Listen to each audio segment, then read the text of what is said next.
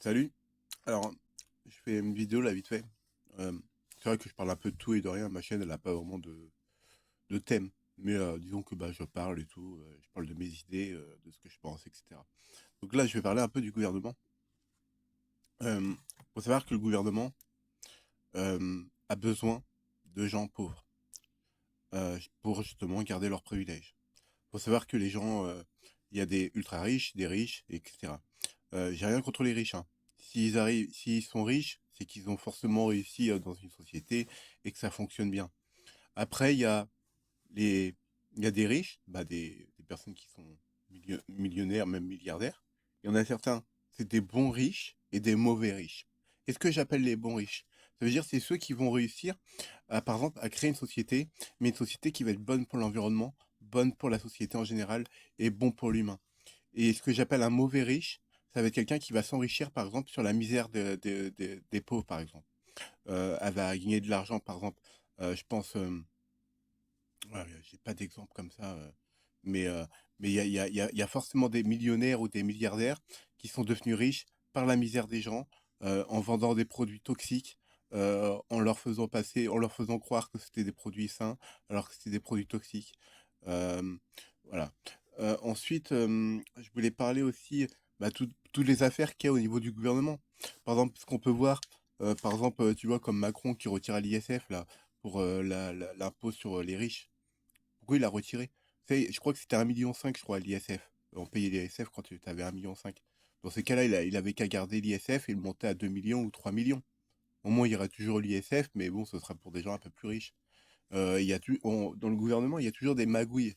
Il y a toujours des magouilles peut-être pour optimiser. Il y a toujours une optimisation fiscale avec des sociétés écrans, des machins, ils mettent leur argent dans des paradis fiscaux et tout pour juste pour pas payer d'impôts en France. Alors que bah ils sont français. Enfin, moi, je sais pas, moi, je vis en France. Bah, personnellement, moi, je paye pas d'impôts, mais parce que bah, je touche l'allocation de handicapé. Mais si je payerais des impôts, bah, je serais content de payer des impôts parce que je contribue à la société, je contribue à justement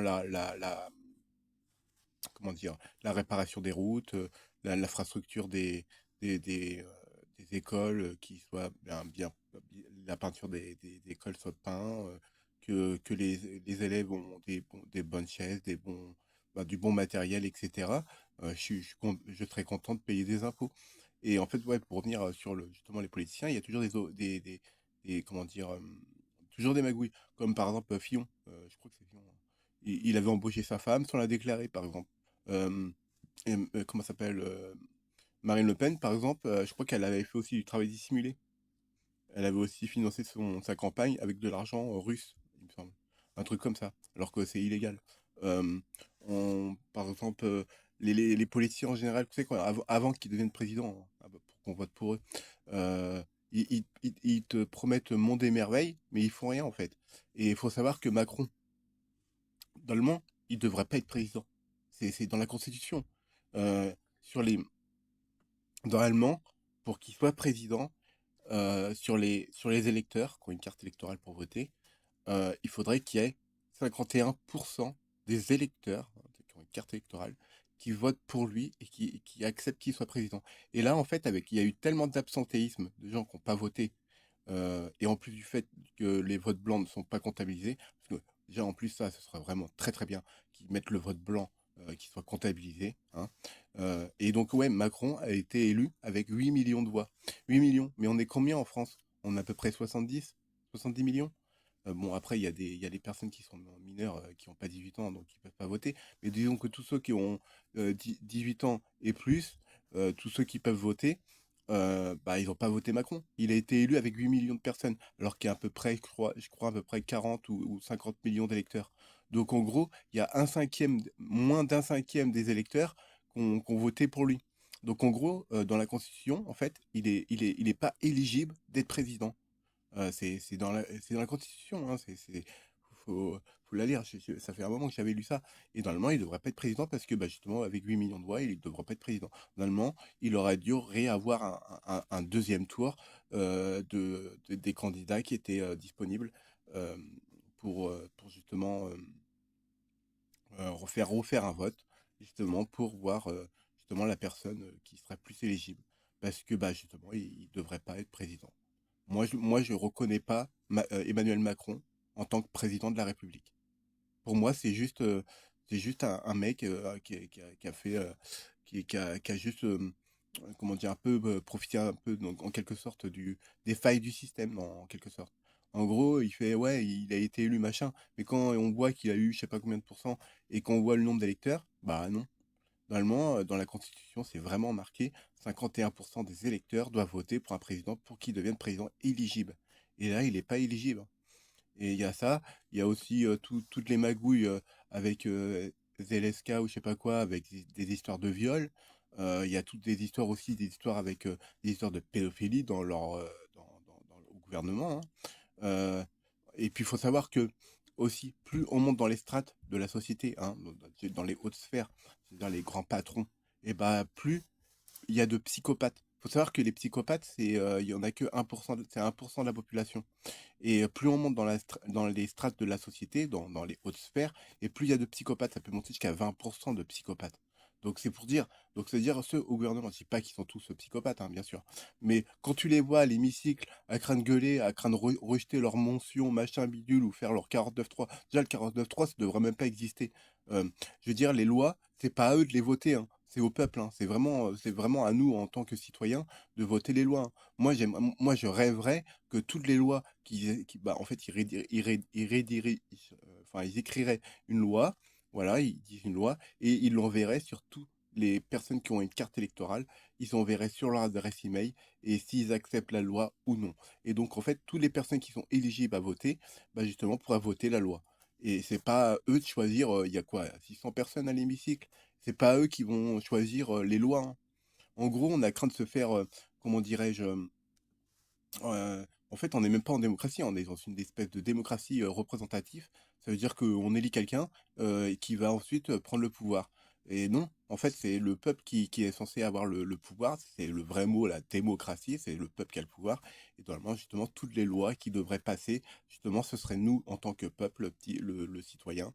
Parce que, ouais, je crois qu'il y a une différence entre être un civil et un citoyen. Je crois qu'il y a un truc comme ça. Enfin, bref. Il y en a un, c'est politique et un autre, c'est pas politique. Mais enfin, bref, c'est autre chose. Euh, et donc, ouais, il y a toujours des magouilles et tout. Et c'est bizarre, c'est toujours les mêmes. Tu vois, regarde, il y a Marine Le Pen. Avant, c'était son père, là, Jean-Marie Le Pen. Maintenant, ça va être sa fille, là. Je sais pas comment elle s'appelle. J'ai oublié son prénom. De toute façon, elle a voulu rendre. Je crois qu'elle s'est, comment dire, retirée justement de la politique. Mais quand on regarde, c'est toujours les mêmes noms. C'est toujours les mêmes. Comme si c'était des familles, en fait, qui se donnaient le pouvoir entre eux, tu vois. C'est un peu ça, tu vois. Et c'est inadmissible. Moi, personnellement, si j'aurais le pouvoir de faire ça, enfin de changer les choses, moi, toutes les personnes, je prendrais toutes les personnes, je sais pas combien il y a de régions en France, mais en gros, je prendrais 4 personnes de chaque région de France, en gros, 2 garçons, 2 filles, de chaque région, euh, et j'appellerais ça le congrès civil. Et en fait, le congrès civil, c'est une représentation de 2 garçons et 2 filles de plus de 18 ans, euh, qui, justement, de chaque région, donc, bah, en fait, ils pourraient défendre leur région, en fait, parce qu'ils connaîtront les difficultés de leur région, etc. Et un peu faire comme en Amérique, enfin, faire comme si les régions, ce serait un peu comme des États, en fait, un peu séparés. Et en fait, il y en aurait 4, donc 2 garçons, 2 filles, pour chaque région, le congrès civil, et chaque année, on referait une sélection, comme un tirage au sort, des personnes qui, par exemple, imaginons qu'il y a, je sais pas, 1 million de personnes qui veulent devenir euh, ambassadeurs de leur région. Enfin, 1 million, c'est peut-être beaucoup, parce qu'il y a certaines régions, il n'y a pas beaucoup de monde. Mais imaginons qu'il y a, on va dire, 100 personnes qui veulent devenir représentants, ambassadeurs justement de leur région. Bah voilà, ils s'inscrivent dans un truc, parce que bah, y en a qui n'ont pas envie, hein, et bah, ils seront tirés au sort. Et en fait, bah, le tirage au sort, ce serait bah, au hasard, et il faudrait qu'il y ait forcément 2 filles, 2 garçons.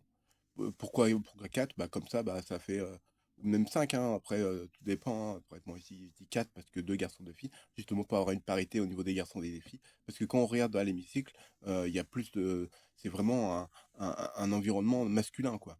Je veux dire, il y a pas beaucoup de filles. Et d'ailleurs, même en tant que président, quand on regarde les présidents précédents et actuels, etc., euh, il y a pas eu de présidente. Il y a pas eu de femme présidente. Comme si, euh, comme si les femmes étaient un peu rejetées de la présidentielle, en fait. Comme si, euh, Comme si les femmes étaient moins compétentes que les hommes, alors qu'ils sont autant compétentes, et je pense même plus compréhensifs envers, envers les familles, parce que bah, ils savent ce que c'est de s'occuper d'enfants, etc. Je pense plus qu'un homme. Ce que je dis, c'est peut-être sexiste, je sais pas. Mais en tout cas, c'est ce que je ressens. Une femme, je pense, est plus à même à savoir ce que c'est le lien mère-enfant qu'un père. Bon, un père aussi, hein, et il ressent quand même l'amour de son fils, etc. Je veux dire, la mère, c'est plus le côté émotionnel, sentimental, etc. Alors que le père, c'est plus le côté sécurité, le côté structure, etc. Mais ce que je veux dire, c'est que, ouais, on prendrait justement 2 garçons, 2 filles de chaque région, et justement, il y aura un congrès civil, et en fait, bah, eux, bah, ils défendraient pas les intérêts, ils défendraient pas leurs intérêts, ils défendraient leurs intérêts de leur région. Et donc, en fait, dans l'hémicycle, eh bah, il y aura 4 personnes pour chaque région qui représenteraient leur région. Et justement, bah, il y aurait justement bah, des lois qui seront écrites pour leur région. Et justement, par exemple, la Loire-Atlantique n'a pas la même, n'a pas le même budget que, par exemple, la région de la Bretagne, par exemple. Ils n'ont pas le même budget. Il y a l'Île-de-France, par exemple, elle n'a pas le même budget dans les caisses que d'autres régions. Et en fait, du fait de faire ça, comme chaque région n'a pas le même revenu en fait par rapport aux travailleurs, etc. Et ben en fait d'équilibrer justement ces richesses, justement d'équilibrer en fait tout ça. Par exemple, si la Paris je sais pas, gagne je sais pas 10 milliards alors que la région de la Bretagne fait 5 milliards, bah il y a une partie de l'argent de Paris qui irait en Bretagne pour aider justement. Euh, je vois par exemple, moi personnellement j'ai vu en Bretagne et je peux vous dire qu'il y a des routes, limite, si tu peux rentrer, tu passes, t'es à ça de passer à 2 voitures, hein. Des fois, c'est tellement, les routes, ils sont tellement étroites que, bah, limite, c'était hyper dangereux, quoi. Donc, déjà, faire des agrandissements de routes, déjà, ouais, ce serait peut-être bien aussi. Il y a ça. Investir beaucoup plus dans l'enseignement, justement, hein, au lieu de mettre 4% dans la défense du pays, hein, mais tu veux te battre contre qui? On est en guerre avec personne. Donc voilà quoi. Je sais pas, on met 4% du PIB de la France. C'est 4%, tu mets 1% dans l'éducation, bah, ce serait beaucoup plus productif que mettre 4% dans la défense. Et puis, les armes que tu achètes pour défendre ton pays, ils viennent d'où? J'imagine que la plupart, ça vient pas de France, hein. La plupart doivent venir aussi d'Amérique, hein. Et donc le SAM, je veux dire les Américains, quoi, ils sont bien contents hein, de vendre leurs armes à plusieurs milliards. C'est pareil pour nous, hein. Quand on vend comment on appelle ça, nos avions de chasse, quand on vend ça à l'Arabie Saoudite parce qu'ils ont du pétrole, etc., et des avions qui vaut 100 milliards pièces, on leur vend ça, on leur vend des armes de destruction massive qui peuvent même nous attaquer avec nos propres armes. Et justement, moi, je suis contre toute forme d'armes. Et justement, le fait d'interdire de vendre des armes aux autres pays, bah déjà, c'est un premier pas vers la paix. Et donc, ouais, le congrès civil, ouais, pour revenir sur ça, bah justement, bah, chaque région bah, serait représentée par les 4 personnes. Et bah, justement, ils diront, voilà, il y a telle difficulté, on a ça, machin. Même pour les écoles, hein, ouais, il manque des professeurs. Les classes, il y en a au moins 30 ou 35. C'est énorme. Faudrait mettre un quota, je sais pas, 20 personnes, peut-être 25 grand maximum. Parce que bah, il nous faudrait plus de professeurs, il nous faudrait plus d'aides-soignants, parce que bah, eux, des fois, ils font des journées de 12 heures, et des fois même, ils font 12 heures, et après, ils vont dormir, et le lendemain, ils enchaînent encore 12 heures, etc. Ils sont complètement épuisés. Et donc, bah, c'est même devenu inhumain pour les patients, parce que bah, ils ont même plus le temps de s'occuper correctement d'eux. Ils arrivent, ils font les soins, hop, ils se barrent. Il y a même plus d'aspect psychologique, en fait. Donc, bah, les gens, bah, OK, tu les soignes peut-être physiquement, mais mentalement, ils sont plus très bien, quoi. Donc, ouais, bah, la France, c'est devenu le pays le plus gros consommateur d'anxiolytiques, hein. Et ça, on le voit, hein. Si on n'investit pas dans les bons endroits, c'est sûr que notre pays, il va régresser, hein. Donc moi, je pense que, justement, on devrait investir dans les écoles, dans les hôpitaux pour avoir un bon système de santé, justement, parce que une société, justement, bien soignée, c'est justement des personnes qui vont travailler heureux, en bonne santé, qui vont être productifs, etc. Après, je penserais pareil aussi, hein, les 35 heures. Ça aussi, c'est une connerie, hein. Moi, je passerai à 30 heures, hein. Ce sera plus 35 heures, mais 30 heures. Et payer pareil. Ce sera payé le SMIC, 30 heures. Et comme ça, les sociétés qui ont plus de 6 ans employés, bah, ils embaucheraient une septième personne à la limite. Et ça reviendra au même. Euh, et faire des 30 heures, bah, comme ça, bah, ça laisserait 5 heures à la personne en plus, par exemple, pour ses loisirs. Par exemple, au lieu de commencer à 8 heures du matin, commencerait à 9 heures et finirait vers 17, 18 heures. Et donc, bah, ça laisserait plus de temps à la personne pour ses loisirs. Et donc, qui dit plus de loisirs, donc dit plus de joie et d'épanouissement intellectuel et émotionnel, et donc bah, plus de productivité au niveau du travail. Et donc bah, tout ça, bah, c'est gagnant pour tout le monde. Et justement, 30 heures de travail par semaine, je sais qu'on s'est battu pour les 35 heures, hein, je sais bien, mais justement, mettre 30 heures, c'est bien. Mais après, c'est sûr que le patronat, bon, ils seront pas ou peut-être même mettre des charges un petit peu moins lourdes pour le patronat à la limite. Mais ah bon, il y en a qui sont pour le patronat et tout. Mais moi, je suis plus d'avis de mettre 30 heures, justement pour embaucher plus de gens et justement qu'il y a moins de chômage. Parce que bah, une société qui a 6 employés à 30 heures, bah, quand tu fais 6 multiplié par 5 ça fait 30. Donc, tu peux embaucher une septième personne et donc ça fera le travail. Donc tu auras une personne en plus et donc bah, ce sera plus efficace. Tu as une personne en plus. Et donc, ça reviendra au même. Et, donc, bah, justement, ce sera mieux pour tout le monde. Mais bon, et donc, ouais, bon, pour revenir au gouvernement, moi, ils sont bien beaux, eux. Ils sont là en train de nous faire des grands discours et tout, machin et tout. Bon, pas tout le monde, hein. Il y a des bons politiciens, hein. Mais il y en a certains, ils sont à la dérive, hein. Et c'est comme Nicolas Sarkozy. Pourquoi il n'est pas en prison, hein, avec tous ces magouilles? Genre avec aussi Kadhafi. Non, pas Kadhafi, je crois que c'est Kadhafi.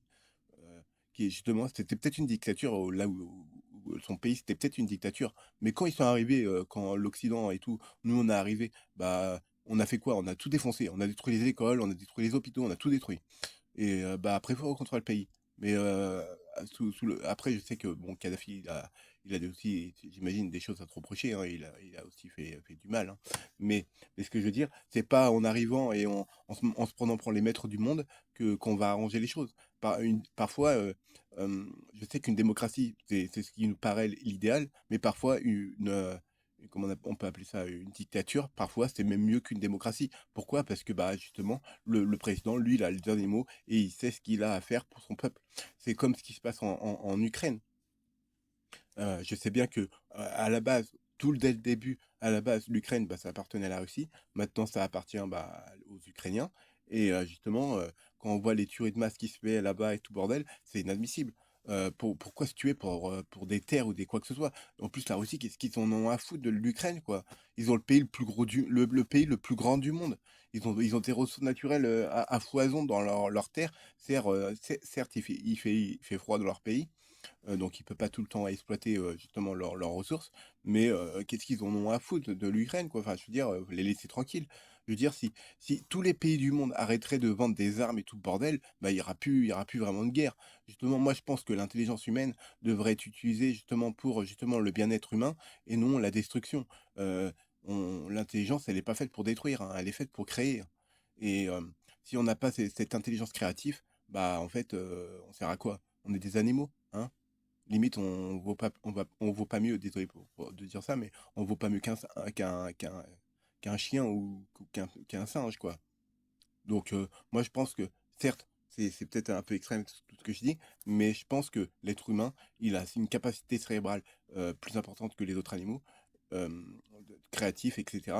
Et justement, notre créativité devrait être utilisée justement pour le bien-être de l'ensemble de la société et contribuer justement à la société. Euh, donc voilà. Et donc, justement, faire, un truc un tirage au sort justement pour, représenter chaque région, bah, ce serait une bonne chose parce que, bah, ce seraient des personnes aléatoires qui seront pas corrompus par les lobbies. D'ailleurs, je sais même pas pourquoi les lobbies sont dans la politique. Ils ont rien à faire là-dedans. Il y a la politique et le business. Le business, ça a rien à faire dans la politique. La politique, c'est la gestion du pays. Tout ce qui est business, c'est autre chose. Tu vois, c'est comme Donald Trump. Donald Trump, lui, il a une société et tout, c'est un milliardaire et tout bordel. Je vois pas pourquoi il est président, hein. Il avait rien à foutre là-dedans, hein. Je veux dire, moi je pense que en prenant une personne lambda, n'importe qui, hein, que ce soit, je vais prendre des gens de ma famille, mais si on prend par exemple mon père ou mon oncle, peu importe, ou même mes tantes, tu la mets présidente, j'en suis sûr qu'elle va faire ce qui est nécessaire et ce qu'il y a de mieux pour le pays. Elle ferait pas ils feront pas de mal aux citoyens. Et quand tu les vois comment ils fonctionnent, etc., euh, bah, je veux dire, la France, je trouve qu'elle qu'elle régresse en fait. Il y a plus en plus de violence. Pourquoi? Parce qu'il y a plus en plus de pauvres. Et donc voilà. Donc je pense qu'à un moment ou à un autre, il va falloir quand même qu'on évolue, qu'on montre qu'on a un savoir-faire. C'est pour ça que tout à l'heure, je disais justement pour les écoles qu'il faudrait justement que ce soit obligatoire à l'école jusqu'à l'obtention d'un diplôme pour justement que la France ait un savoir-faire. Comme ça, bah, quand tu sors de l'école, tu as un diplôme, tu as des connaissances, tu as quelque chose, quoi. Et justement, la France, nous en France, on n'a pas beaucoup dans nos sols, on n'a pas beaucoup de ressources. Donc tout ce qu'on peut offrir aux autres pays, c'est bah, des services, on peut offrir des services ou du savoir-faire. Sur, par exemple, là, des avancées par exemple, sur la médecine, sur l'avancée sur l'intelligence artificielle. D'ailleurs, en parlant d'intelligence artificielle, je sais pas si vous avez vu la carte où ils vont mettre les serveurs. Je sais pas, et j'ai vu la carte où ils vont mettre les serveurs pour l'intelligence artificielle. La plupart des serveurs se trouvent entre l'Île-de-France et au niveau de la Belgique, là, au niveau Belgique-Allemagne, là, je sais plus comment ça s'appelle, cet endroit, au niveau du Rhône, je crois que c'est ça. Bah, en gros, il y a 6 serveurs qui sont là. Donc, en gros, il y a un avion, un bombardier qui arriverait de l'Allemagne. Il arriverait, il défoncerait justement 6 serveurs, voire même 7 serveurs de l'intelligence artificielle. Donc, en gros, 50% des serveurs. Complètement stupide. Ils ont complètement mal dispatché justement les serveurs. Bon, après, j'imagine que ça va être protégé en cas d'attaque, etc. Mais en tout cas, une chose est sûre, euh, notre pays, la France, faut pas oublier que la France, elle a une histoire, etc. Et que la France, c'est quand même un pays riche et on doit quand même en quelque sorte montrer l'exemple aux autres pays, les aider. D'ailleurs, même, on devrait même aussi prendre exemple sur les Africains, sur les pays pauvres, comment ils s'en sortent. Parce que eux, au moins, avec peu de choses, ils font des grandes choses. Et donc, bah, justement, on devrait en tirer des enseignements, justement. Parce que eux, bah, ils ont peut-être peu, mais ils font des grandes, des belles choses et des grandes choses. Par exemple, j'avais vu, euh, regarde, les pneus. Et les pneus, c'est mal recyclé, hein. C'est très dur à recycler, hein, des pneus. Bah, on pourrait très bien les déchiqueter, de faire des espèces de microbilles de pneus, et pourquoi pas faire des chaussures avec. Hmm. C'est au moins comme ça, au lieu de les jeter ou les brûler. Parce que brûler des pneus, c'est ultra polluant. Donc voilà. Tout ce qu'on jette en électronique, tout ce qui est informatique, etc., on les envoie en Afrique. Alors qu'on pourrait très bien récupérer l'or qui est dedans, on pourrait récupérer le fer, pourrait récupérer le cuivre, on pourrait récupérer même certaines puces électroniques qui pourraient être réutilisées dans d'autres matériels. Certes, ce ne serait pas neuf, mais ce sera fonctionnel. Et bah, justement, avoir justement par exemple, si on achète un smartphone, avoir soit le côté neuf ou le côté justement, ce ne sera pas du reconditionné, mais du neuf reconditionné par exemple. Et donc, bah, réutiliser les puces des anciens composants par exemple. Des choses comme ça. Je veux dire, tout ce qu'on jette, que ce soit plastique, carton, tout ce qu'on jette, tout ça, ça peut être recyclé, ça peut être retransformé et revalorisé. C'est pour ça. Moi, en tout cas, si je serais millionnaire, bah, j'achèterais une usine de recyclage. J'achèterais par exemple l'usine Arc-en-Ciel qui est à Nantes. J'achèterais justement une casse, par exemple aussi, pour récupérer le cuivre, tous les métaux, etc. Justement pour le revendre derrière, après pour faire un peu d'argent, faire du recyclage, même récupérer des pièces fonctionnelles et revendre les pièces. Euh, j'achèterais ouais, l'usine de recyclage, bah, j'achèterais ça, comme ça me permettrait, avec la casse, de faire du recyclage et justement revaloriser justement les déchets et bah, de revendre justement ces matériaux-là. Au lieu de continuer à extraire dans la terre, extraire dans les ressources naturelles de la planète, bah, au final, il va rester quoi? En plus, ça nous coûte de plus en plus cher d'extraire des ressources, parce qu'on va toujours beaucoup plus loin. Donc, si on récupérait déjà tous nos déchets, au lieu d'envoyer en Afrique avec des bateaux et tout bordel, c'est pareil aussi pour les fringues, hein. Les fringues comme H&M et tout bordel, qui sont brûlées, ça c'est n'importe quoi. Ou des fois, ils vont faire des ballons, bah, ils s'appellent ça des ballons. Enfin, en gros, ils font des sacs d'une tonne, et ils les envoient en Afrique, et après, c'est revendu en Afrique. Hmm. Tout ça parce que bah, nous, on n'en veut pas.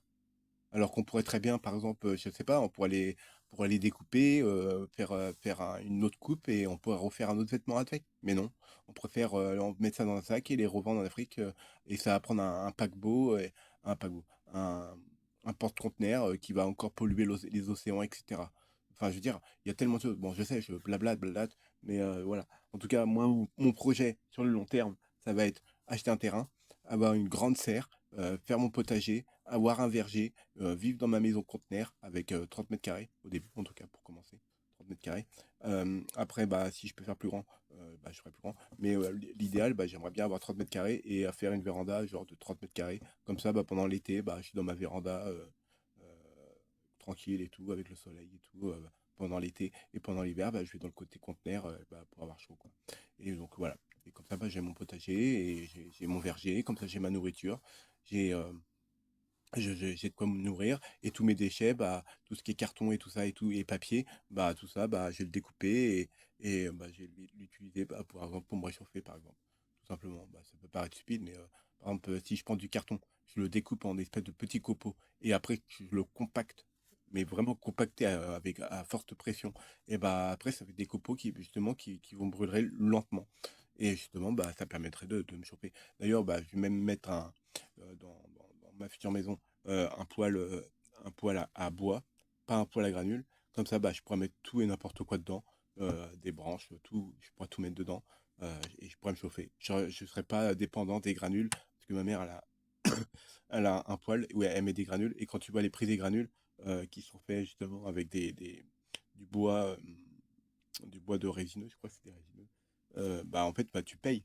Alors qu'avec un truc à bois, un poêle à bois, bah tu peux mettre n'importe quel bois, ça fonctionne. Donc en gros, sur la route, des fois, quand tu vois les communes, je sais pas si on a le droit, mais je pense qu'il suffit de demander, où ils découpent les haies, par exemple, bah tu pourrais très bien demander de récupérer justement la matière organique justement pour te chauffer. Et ça revient moins cher que les granules. Donc voilà. Après, bah, je vais mettre des panneaux solaires. Moi, personnellement, il me faut 5 kilowatts pour vivre normalement. Parce que regarde, mon PC portable que j'ai actuellement, il consomme 65 watts. Donc c'est quasiment rien. Bon, après, c'est sûr que le futur PC portable que je vais m'acheter, la Tard Asus Stuff, il consomme dans les 230 watts. Bon, c'est un peu plus. Mais au niveau panneau solaire, ça va tenir. Après, bah, il suffit de mettre des ampoules basse consommation et voilà. Et bah, pour la télé, par contre, c'est ce qui va me consommer le plus. Mais bon, après, je suis pas trop télé. Donc, mais j'aimerais bien quand même en avoir une. Comme ça, c'est quand même plus sympathique des fois pour regarder un petit film sur une télé. Mais disons que je l'allumerai pas en permanence, quoi. Donc, en tout cas, moi, mon but, c'est d'avoir un terrain, d'avoir un potager, d'avoir un verger. D'ailleurs, je vais devoir obligé d'acheter des arbres au moins de 5 ans d'âge pour commencer à avoir des fruits. Parce que, en fait, la plupart des arbres, c'est à peu près 5 ans. En tout cas, pour un pommier, il faut attendre à peu près 5 ans pour avoir les premières pommes. Pareil pour le poirier. Pour un avocatier, c'est un peu plus long, je crois que c'est 8 ans. Mais en tout cas, je vais devoir acheter des arbres et tout. Et bah, un pommier de 5 ans, ça coûte une vingtaine, 20, 30 euros. Bah, en tout cas, c'est ce que j'avais vu à Intermarché. Et donc, bah, je vais acheter mes arbres. Et, je vais être obligé de les mettre par deux aussi, hein, deux pommiers, deux poiriers, etc. Pour la pollinisation, pour justement bah, avoir des fruits, quoi. Parce que bah, les arbres fruitiers, bah, ils ont besoin de pollen pour créer des fruits. Et donc, bah, mon potager, bah, mon but, moi, c'est de devenir complètement. Bon, ça va être compliqué, hein, mais de devenir complètement. Je veux dire que j'aurais plus besoin des grandes surfaces en fait pour nourrir. Bon, après, euh, j'aurais toujours besoin un petit peu des grandes surfaces, par exemple, pour acheter bah, le chocolat. Par exemple, du chocolat, le chocolat en tablette, bah, ça, je peux pas en produire, hein, je suis pas dans un pays chaud. Par exemple, certains fruits, hein, les bananes, je sais pas, un bananier, Bretagne, ça pousserait pas, hein. Ou des oranges. Peut-être les oranges, peut-être que si ça pousserait. Mais ou des kiwis ou des trucs comme ça. Ou même, je sais pas, enfin, voilà, en tout cas, vous m'avez compris. Il y a certaines choses que je pourrais pas produire, que j'achèterais. Mais autrement, tous les restes, les fruits et les légumes, tout ça, je vais essayer de faire au mieux pour que ce soit le plus écologiquement possible et que ça me coûte le moins cher pour me nourrir. Et, et justement, ouais, je vais faire aussi pépiniériste. Comme ça, tu sais, toutes les plantes que je vais repousser, je vais essayer de les revendre à peu près au prix de un petit peu moins cher que les prix comme Jardiland ou Truffaut ou je sais pas quoi. Comme ça me fait un petit peu d'argent. Je vais devoir mettre en auto-entrepreneur. Bon, je vais payer énormément d'argent, mais bon, c'est pas encore pour maintenant. Mais en tout cas, c'est ce que je vais faire. Je vais les vendre sur le marché. Et si ça se vend pas, et si ça devient trop grand et que les gens en veulent vraiment pas, au bout d'un moment, il y a une certaine taille, je les replanterai dans mon potager, quoi. Aucune perte, quoi. Euh, donc voilà. Euh, ouais, je sais, j'ai un peu parlé un peu de tout, un peu de rien. Mais en tout cas, sachez que je cherche pas à faire le mal, ou quoi que ce soit. En fait, j'essaye avec ma chaîne de faire prendre conscience aux gens que vous avez le pouvoir, que chaque action que vous faites bah, peut être bien ou mal. Après, le bien et le mal, c'est une conception de l'être humain, hein. Comme Après, ce qui est mal, c'est quand tu fais du mal à autrui. Mais je veux dire, ma liberté s'arrête là où celle de l'autre commence. Donc, en gros, je ferai jamais de mal à quelqu'un, en tout cas consciemment. Et donc, tout ce que j'essaie de faire avec ma chaîne, c'est de conscientiser justement les gens pour justement qu'ils s'instruisent, qu'ils deviennent des meilleures personnes dans l'avenir, qu'ils deviennent fiers d'eux, de leur parcours. Même si vous avez eu un parcours par le passé tumultueux, difficile. Faut pas baisser les bras. Vous avez toujours le pouvoir. C'est pas aux autres d'avoir le pouvoir sur vous. Vous pouvez écouter les autres. Il y a certes, quand vous allez sur YouTube, des fois, il y a des trucs, il y a des embrouilles et tout bordel. Certes, c'est pas très agréable à écouter, mais sachez que même si vous écoutez une embrouille, au moins, vous savez, quand vous écoutez une embrouille, au moins, vous vous mettez dans la position moi, je ferais jamais ça. Et t'écoutes en fait comment les gens réagissent quand ils sont mauvais.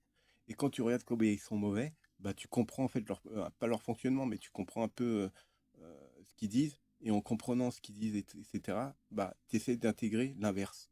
Tu intègres justement ce qui est bon, en fait. En fait, quand ils deviennent mauvais, toi, tu t'intègres du bon. Tu transformes le négatif en positif. Et en fait, quand on te donne du positif, ça donne aussi du positif. Donc, moi, tout ce que je peux dire, c'est que devenez des lucioles dans la nuit, ou devenez des phares dans la nuit, peu importe, mais devenez des soleils. Voilà. Donc, je vous fais des poutous, hein. Prenez soin de vous, et tchuss!